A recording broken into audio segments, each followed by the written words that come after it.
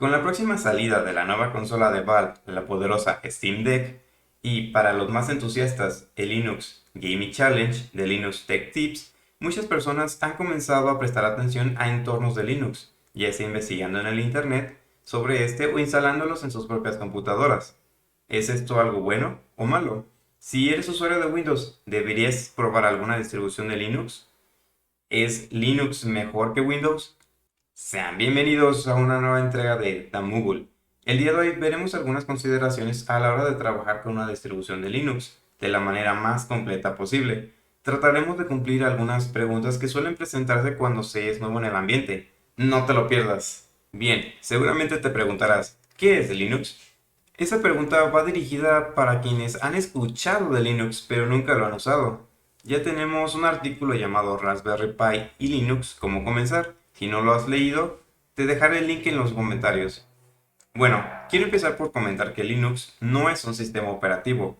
Un sistema operativo está compuesto por varias capas o partes que lo conforman. Una de ellas es el kernel. Es una parte fundamental del sistema operativo. Este sirve como núcleo que administra los recursos del hardware solicitados por los diferentes elementos del software y hace de intermediario decidiendo a qué y cuándo se concede este acceso, evitando así la sobrecarga del sistema, recursos innecesarios y excesos de software malicioso. También quiero aprovechar este blog estilo podcast para comentar algo que seguramente no nos dicen a todos los que comenzamos en Linux, y es Linux es open source. ¿Eso qué significa? Antes de continuar explicando las razones por las que deberías instalar una distribución de Linux o no, primero que sepas a qué te enfrentas cuando lo instalas. Un programa que se hace llamar open source es aquel en el que cualquier persona puede inspeccionar, modificar y perfeccionar. Evidentemente, este también tiene que ser compartido de nuevo sin solicitar ningún tipo de cuota de uso o costo. Para esto se nos otorga lo que se conoce como código fuente, el cual es la parte de los programas computacionales que la mayoría de los usuarios nunca ve. Ese es el código de los programas que se manipula y define cómo una pieza de software funciona.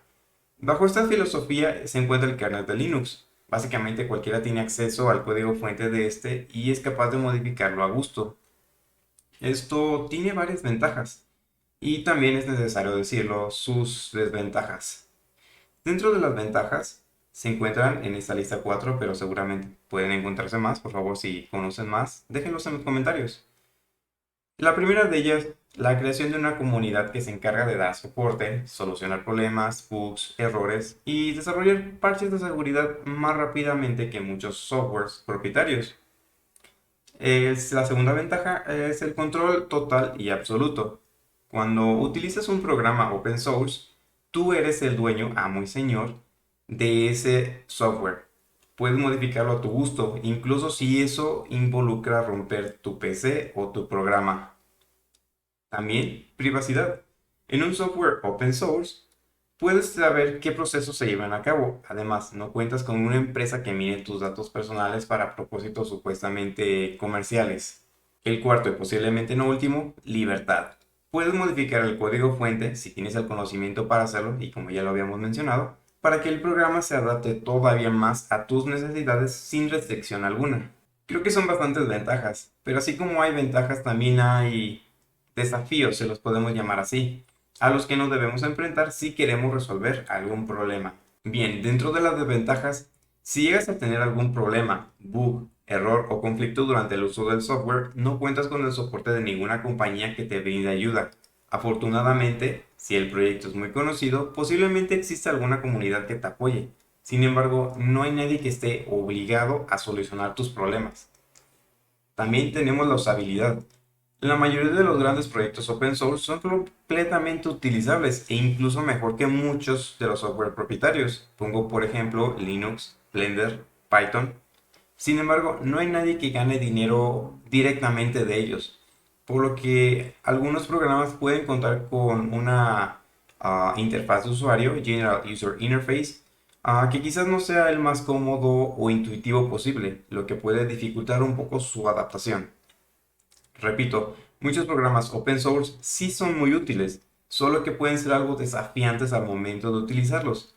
Muchos otros programas son marginalmente útiles o carecen de herramientas para realizar las tareas. Tercero, escasa popularidad.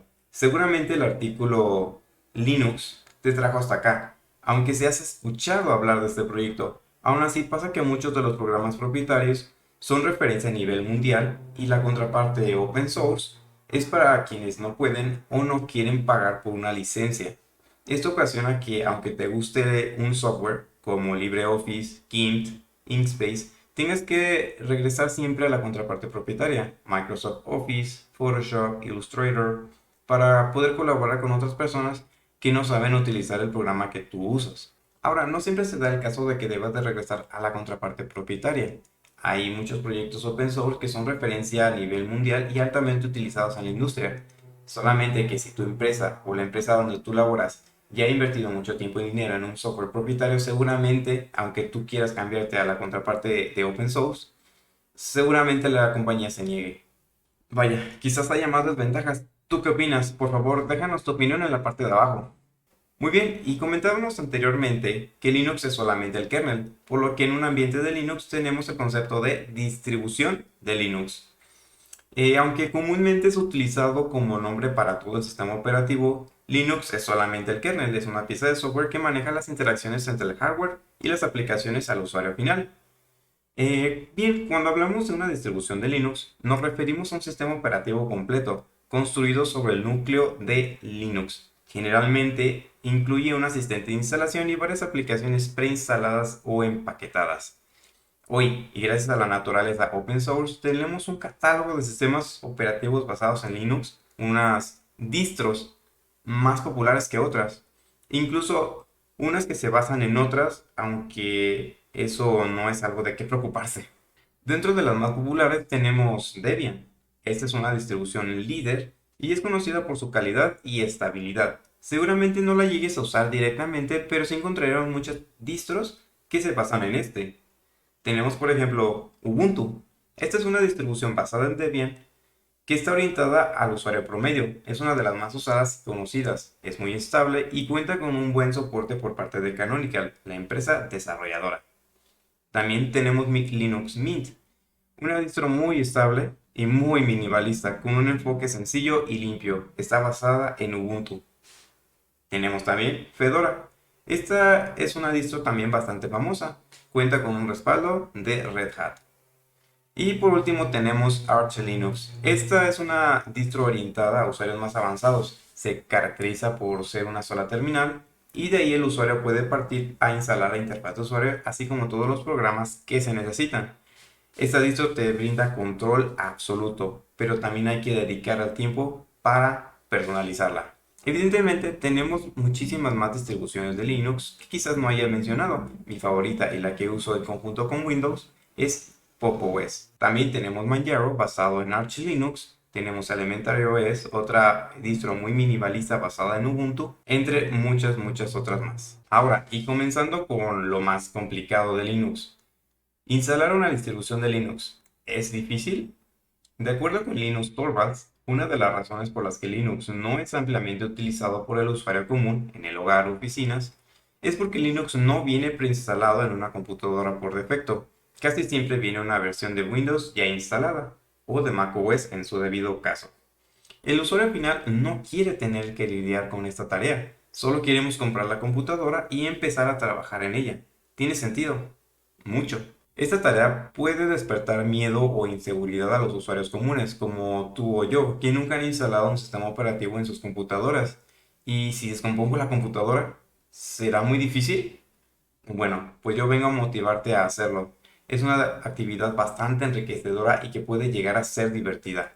Nuestra única recomendación aquí en Damoogle es que siempre tengas un respaldo de tu información antes de instalar un sistema operativo nuevo, incluso si se trata de Windows. El objetivo de este blog no es convertirse en un tutorial de cómo instalar GNU Linux en tu PC. Sin embargo, si quieres instalar una distribución de Linux, puedes utilizar uno de los tutoriales que te dejo a continuación en la descripción. Probar tu distro antes de instalarlo. Esta es una habilidad que tiene la mayoría de las distribuciones de Linux. Al momento de crear una memoria booteable e iniciar nuestra PC desde la USB, serás capaz de probar el sistema operativo sin la necesidad de instalarlo. Si no te gusta, no lo instalas. Esta parte también es importante porque puedes comprobar la compatibilidad de tu hardware con el sistema operativo que hayas escogido. Y para terminar con este pequeño apartado, instalar un nuevo sistema operativo no es complicado, no puedes romper tu computadora. Al utilizar Linux, lo peor que te puede pasar es que hagas algo que te obligue a reinstalar el sistema operativo completo. Aunque eso no es común, igual dejaré un enlace del Linux Gaming Challenge en el que Linux técnicamente desinstaló su escritorio, su interfaz de usuario. También, si es tu primera vez, vas a tardar más tiempo ya que no estás familiarizado con el asistente de instalación. Continuamos con lo que quizás sea lo más íntimo de este video, y son las implicaciones para el usuario y mi gran problema con Linux. Quiero dejar algo claro desde el inicio. Linux no es Windows. No podemos instalar una distribución de Linux y esperar a que funcione como Windows 10 o Windows 11. Dicho lo anterior, Linux es un sistema muy potente y capaz de cumplir con la mayoría de las actividades de los usuarios. Además, está muy presente en el mundo de los servidores, sistemas de Internet de las Cosas, inteligencia artificial y en los móviles con Android, solo por mencionar algunos aspectos en los que Linux sobresale. Sin embargo, no todo es color de rosa, de lo contrario, todos los usaríamos, ¿no? Bueno, pues empecemos con la usabilidad. Instalar drivers, instalar programas, configurar el sistema operativo para que funcione bien en tus PC, interacción diaria con el sistema, etc. ¿Cómo lo hacemos? Muy bien, en el primer apartado tenemos instalar los drivers. La mayoría de los drivers de tu computadora ya vienen preinstalados en Linux, a excepción de algunos cuantos que pueden ser como los drivers de Nvidia. Abro paréntesis para decir que PopOS ya los tiene preinstalados de fábrica. Muy bien, los drivers para tu impresora, gestor de múltiples monitores, etc. Algunos otros como el del Wi-Fi o el del sonido se instalan tras las primeras actualizaciones del sistema, aunque hay ocasiones en las que ya los incorpora. También tenemos el apartado de instalar programas. En ese apartado Linux tiene ciertas ventajas así como ciertos puntos negativos. Instalar un programa es mucho más fácil y seguro que en Windows, ya que la mayoría de los programas disponibles para tu sistema se encuentran en la tienda preinstalada de tu distribución. En otras ocasiones podrás instalar los programas por medio de los repositorios o repertorios en servidores certificados, como es en el caso de Ubuntu. Si nunca tendrás que ingresar a una página web desconocida para instalar un programa que puedes o no conocer, aunque si quieres lo puedes hacer. Pero no todos los programas disponibles para Windows 10 o 11 están para Linux. De hecho, son pocos los programas disponibles para ambas plataformas. La librería de Adobe, por ejemplo, no está disponible. SolidWorks ni lo consideres. AutoCAD o Fusion 360 tampoco. Entre otros programas muy buenos que no están disponibles en Linux. Aunque es verdad que hay muy buenas alternativas, incluso gratuitas, pero si invertiste tiempo y dinero aprendiendo a utilizar un programa, seguramente no quieres comenzar de cero otra vez. El siguiente apartado es la configuración del sistema operativo. En este apartado puedo decir que Linux es altamente configurable y personalizable. Prácticamente no hay límites para hacer lo que quieras con tu sistema operativo. Pero desafortunadamente no todo funciona como queremos que lo haga. Esto se debe a que la mayoría de los drivers en Linux o son genéricos o los desarrolladores no se esforzaron lo suficiente en el desarrollo de estos en Linux. Pongo por ejemplo, yo tengo una laptop HP Pavilion con PopOS instalado y el driver de Wi-Fi acaba de ser lanzado casi 2 años después del lanzamiento de mi laptop y el alcance de la señal es muy inferior al que tengo usando Windows. El driver de sonido se instala después de la instalación del sistema y después de varias actualizaciones, por lo que tengo que usar la laptop sin sonido casi un día entero o a veces más. Por último, tenemos la interacción diaria con el sistema. En este apartado, cada distribución de Linux te dará una experiencia diferente ya que está pensada y desarrollada por diferentes desarrolladores, por lo que puedes escoger tu sabor favorito de Linux, pero sin duda no es igual a Windows. Ahora, y aprovechando que ya comentamos que no todos los programas de Windows están disponibles para Linux, quiero expresar mi gran problema con GNU Linux, y esta es la falta de desarrollo de programas nativos. Así es, si bien podemos encontrar una alternativa open source del programa que queremos usar, los programas no funcionan igual o simplemente tienes que aprender casi desde cero. A menos claramente que desde el inicio hayas aprendido a utilizar el software open source. En ese caso no tendrás ningún problema para seguir trabajando, ya que casi todos los proyectos open source están pensados también para Linux. Comento esto porque en mi caso personal, programas que yo suelo utilizar como SolidWorks, Affinity Designer, Affinity Photo, OneNote, Adobe Photoshop, etc., no se encuentran disponibles para Linux. y estos son solo una pequeña parte del software que no podemos utilizar, al menos no de manera nativa. Los videojuegos tampoco se escapan, si bien con la Steam Deck se están implementando capas de compatibilidad como Proton o Wine, que ya existían desde hace varios años. Aún así, hay muchos juegos que no funcionan o no completamente, ni se diga de muchos juegos multijugador online como Battlefield, PUBG, Fortnite, LOL, etc. Juegos no compatibles al momento de este video. Dicho lo anterior, llego al siguiente tema: capas de compatibilidad Wine, Proton y máquina virtual. Aquí es donde las cosas se ponen interesantes. Debido a que hay software para Windows muy importante o ampliamente utilizado, no podemos darnos el lujo de perder productividad al momento de usar nuestra computadora. Y creo que gracias a la necesidad de usar programas nativos para Windows, varios softwares se han desarrollado para satisfacer la demanda de programas. Me refiero a Wine y Proton. Aunque también existen plataformas que te ayudan a implementarlos, como Lutris y Steam. También existe otra plataforma que recién descubrí llamada Battles, pero aún no la conozco lo suficiente como para hablar al respecto. Muy bien, ¿qué es Wine? Wine viene del acrónimo en inglés Wine is not an emulator. Es una capa de compatibilidad, no un emulador. Es una reimplementación de la interfaz de programas de aplicación de Win16 y Win32 para sistemas operativos basados en Unix. Así es, también funciona para macOS. Esta permite la ejecución de programas diseñados para Windows. Estos programas son muy eficaces y pueden sacar del apuro a más de uno. Sin embargo, no todos los programas funcionan bien o no funcionan utilizando estas herramientas. Incluso pueden no funcionar igual de una distribución a otra o de un hardware en específico a otro.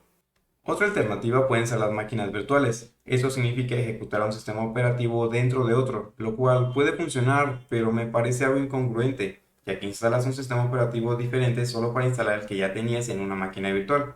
Además, las máquinas virtuales no funcionan igual de bien que si tuviera instalada de manera nativa. La Steam Deck y su impacto en el gaming en Linux. Aquí es donde las cosas cambian bastante.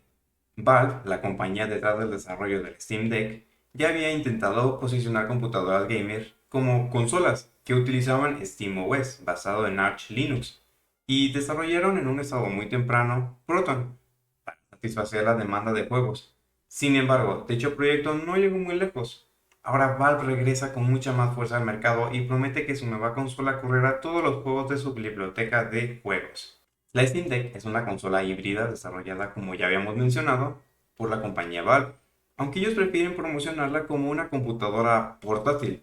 Funciona principalmente con títulos de la tienda de Steam, aunque, bueno, debido a que este incorpora un sistema operativo completo de PC, podrás utilizar emuladores e incluso algunos juegos de la Epic Store. De momento Fortnite no parece que vaya a ser jugable. Pequeña pero potente. Las características en este apartado nos damos cuenta del poder de la consola y de su similitud con una PC. Un apartado en el que destaca es precisamente en la CPU, la GPU y la RAM. Este pequeño dispositivo incorpora una CPU Zen 2 de 4 núcleos con una GPU RDNA 2 y 16 GB de LPDDR5 de RAM.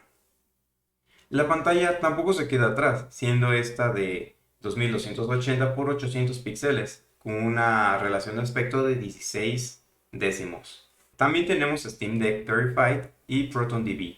Aunque muchos juegos funcionan perfectamente en Deck sin la necesidad de ningún ajuste, este cambio puede suponer que algunos títulos que van genial en una PC de escritorio quizás no ofrezcan una experiencia igual de satisfactoria en la Steam Deck. Bajo esta lógica, Valve comenzó con el desarrollo de la herramienta basada Deck Verified, la cual permite comprobar los tipos de compatibilidad de los juegos de tu biblioteca antes de jugarlos.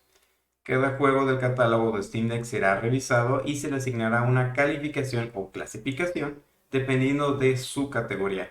Actualmente contamos con 4: verificado, jugable, no soportado y desconocido. De esta manera, Valve nos advierte cuál podría ser nuestra experiencia tras instalar un juego. Lo interesante de esta herramienta es que no solo funciona para los usuarios de la Steam Deck, sino también para todos los que nos gusta jugar en Linux. Es verdad que todo depende mucho del hardware que tengamos en nuestra computadora. Aún así, resulta ser una excelente herramienta para los gamers de PC. Por cierto, desde tiempo atrás ya existía otra herramienta igual de poderosa o más, llamada ProtonDB. Este es un sitio web con su propia base de datos donde los usuarios puntúan su experiencia jugando videojuegos de Windows con Proton sobre Linux.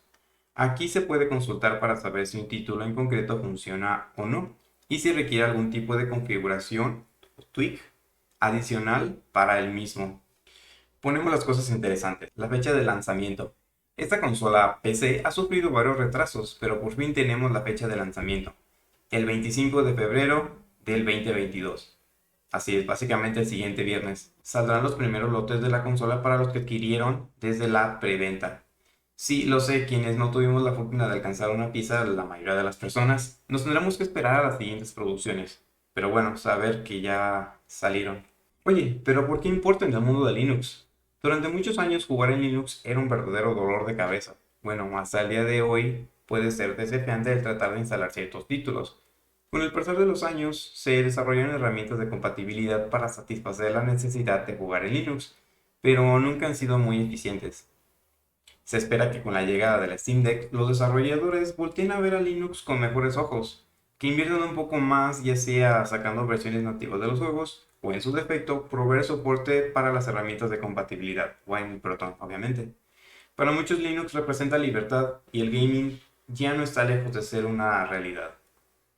¿Será la Steam Deck una amenaza para las consolas? La respuesta sencilla es no. La Steam Deck tiene bien definido su nicho de mercado que ni Xbox, ni PlayStation, ni Nintendo pueden satisfacer. La plataforma y la infraestructura de la Deck son sólidas y bien definidas. Bueno, pero aquí nos metemos un poquito en la subjetividad. El futuro de Linux. Linux, ya sea para gaming, productividad, comunicación, etcétera, es una plataforma creciente soportada por una gran comunidad que está dispuesta a aportar y apoyar a los miembros de la misma. Dicho esto, resulta complicado suponer el comportamiento a futuro. No es como que en 10 o 20 años Linux predomine, pero sí puede posicionarse como una opción más para las personas. ¿Tú qué opinas? Por favor, déjame en los comentarios. Por último, ¿deberías probar Linux? Linux para muchos representa libertad, escaparse del software propietario, para otros solamente la capacidad de tener otra alternativa para llevar a cabo lo que se necesita lograr. Pero bueno, sea cual sea tus motivaciones para iniciarte, recuerda que no estás solo y que con Linux puedes llegar hasta donde tú quieras. Y si hay una característica que necesitas, recuerda que es open source y puedes aportarla tú mismo. O seguramente algún tipo de desarrollador de la comunidad ya está trabajando en ello. Vaya, creo que hemos llegado al final de este blog y aunque hablar de Linux daría para un canal entero o un blog únicamente dedicado a Linux, creo que hemos cubierto todas las cosas que debes saber si te interesa probar este gran proyecto open source. Sin nada más que decir, muchas gracias y hasta la próxima.